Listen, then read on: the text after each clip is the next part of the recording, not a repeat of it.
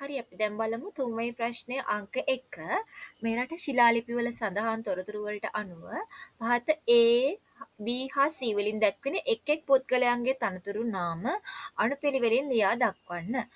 A පවුලක ප්‍රධානියා, B ගමක ප්‍රධානියා, C ගම් කිහිපයක හෝ වැව පද්ධතියක ප්‍රධානියා. ඔයගලන්ට මේ ප්‍රශ්නේ ඇහැද්දි මතක් වෙනවා ඇති මේක ඕගොල්ලන්ගේ පෙළ පොතේ තුන්වෙනි පාඩම ශ්‍රී ලංකාවේ දේශපාලන බලය විකාශනය වීම. මේකෙන් තමයි මේ ප්‍රශ්නේ හැදිලා තියෙන්නේ. හරි අපි බලමු පිළිතුරු. ඒ පවුලක ප්‍රධානියා ගෘහපති එහෙමත් නැත්නම් ගහපති කියලා හඳුන්වනවා. B ගමක ප්‍රධානියා ගමික එහෙම නැත්නම් ග්‍රාම භෝජක ගාමිණී ග්‍රාමණී කියලා හඳුන්වනවා. ඒ වගේම C ගම් කිහිපයක හෝ වැව පද්ධතියක ප්‍රධානියා පරුමක කියලා හඳුන්වනවා. මේකට ඕගොල්ලෝ පැහැදිලිව පිළිතුරු සැපවුවොත් ඕගොල්ලන්ට ලැබෙනවා ලකුණු 3ක්. 3.2 මධ්‍යම පාලනයට සම්බන්ධ පහත සඳහන් කාර්යභාර වූ තැනැත්තාන්ගේ නිල නාම මොනවාදැයි වරහන් තුලින් තෝරා A, B, C හා D අනුපිළිවෙලින් ලියා දක්වන්න. ඒ ඇමති මණ්ඩලයේ ප්‍රධානියා ලෙස කටයුතු කිරීම, B රාජ්‍ය භාණ්ඩාගාරය සම්බන්ධව කටයුතු කිරීම, C නගරයේ පාලනය සම්බන්ධව කටයුතු කිරීම, D රජුගේ ඇතුන් සම්බන්ධව කටයුතු කිරීම. මේවා පහසුවෙන් මතක තියාගන්න පුළුවන් කාරණා. අපි ඒ නිසා කෙලින්ම පිළිතුරට යමු. ඇමති මණ්ඩලයේ ප්‍රධානියා ලෙස කටයුතු කිරීම මහමත කියලා හඳුන්වනවා. එතකොට B රාජ්‍ය භාණ්ඩාගාරය සම්බන්ධව කටයුතු කිරීම බඩගරික කියලා හඳුන්වනවා. නගරයේ පාලනය සම්බන්ධව කටයුතු කිරීම නගර ගුතික කියලා හඳුන්වනවා.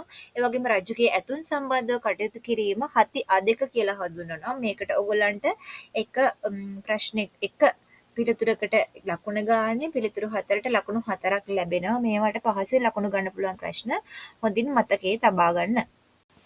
3 මෙතන අහලා තියෙන්නේ රටේ ජනතාව රජතුමාගෙන් අපේක්ෂා කළ සේවා දෙකක් විස්තර කරන්න. ඔයගොල්ලෝ දන්නවා ජනතාව විසින් රජෙක් පත් කර ගැනීමේ විශාල අරමුණු කිහිපයක් තියෙනවා.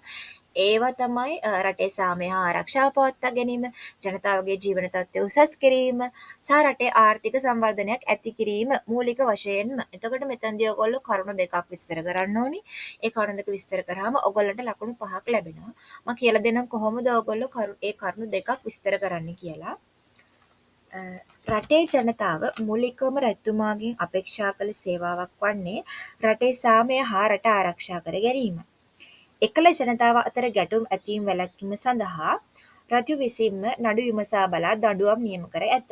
එමෙන්ම විදේශ වලින් පැමිණෙන ආක්‍රමණවලට මුහුණ දීමට සේනා සංවිධානය කිරීමේ කටයුතු රජුට පැවරී තිබුණි. එම ඔයාලා එක කරුණක් විස්තර කරන්න රටේ සාමය හා ආරක්ෂාව පවත්වා ගැනීම. ඊළඟට ඔයගලන්ට පුළුවන් විස්තර කරන්න ජනතාවගේ ජීවන තත්ත්වය උසස් කිරීම. එලෙසම ජනතාවගේ ජීවන තත්ත්වය උසස් කිරීම සඳහා සියලුම යටිතල පහසුකම් සංවර්ධනය කිරීම සහ නගා සිටුවීම රජතුමාගේ දායකත්වයෙන් සිදුවිණි. රටේ ආර්ථික සංවර්ධනය තුළදී ලබාගත් ප්‍රතිලාභ ජනතාවට ලබා දීමට රජුගේ අපේක්ෂාව වී ඇත. මේට උදාහරණයක් විදිහට මිහින්තල ප්‍රදේශයේ ඉදිකළ ඇති රෝහල් ගන්න පුළුවන්.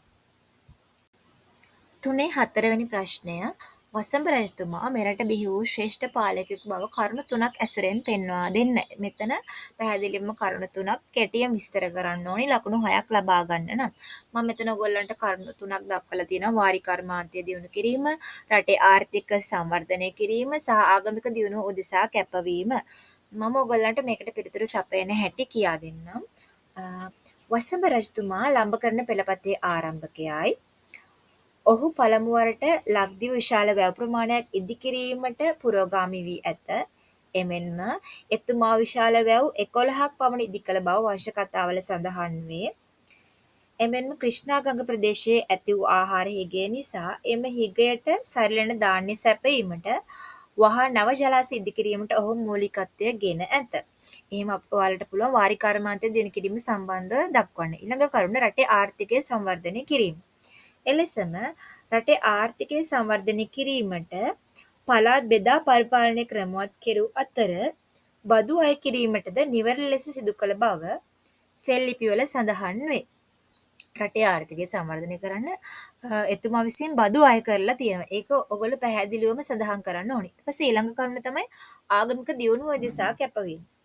එමෙන්ම බෞද්ධ විහෙර විහාරස්ථාන ප්‍රතිසංස්කරණය කිරීමට මෙතුමා මූලිකත්වය ගෙන කටයුතු කළ ඇති අතර බෞද්ධ විහාරස්ථානවල දිරූ තැන් ප්‍රතිසංස්කරණය කිරීමටත් භික්ෂූන් වහන්සේලාගේ සිව්පසය සඳහා ප්‍රමාණවත් සියලුම ද්‍රව්‍ය ලබා දීම සඳහා රජතුමා මූලිකත්වයේ ගත් බව සෙල්ලිපිවල සඳහන් වෙලා තියෙනවා. ඒකත් ඔයගොල්ලෝ එහෙම සඳහන් කරන්න ඕනි. එතකොට ඔයගොල්ලන්ට ලකුණු 6ක් ලැබෙනවා. මම හිතනවා මේ වීඩියෝ එකෙන් ඔයගොල්ලෝ ගොඩක් දැනුම ලබා ගන්න ඇති කියලා. ඉතින් ඔයගොල්ලෝ මේ channel එක subscribe කරලා එකතු වෙන්න. ඒ වගේම ඔයගොල්ලෝ යාළුවන්ටත් මේක බලන්න share කරන්න. අපි දැනුම share කරගන්න ඕනි නිසා. හරි අපි ඊළඟ ප්‍රශ්නෙන් හමු වෙමු.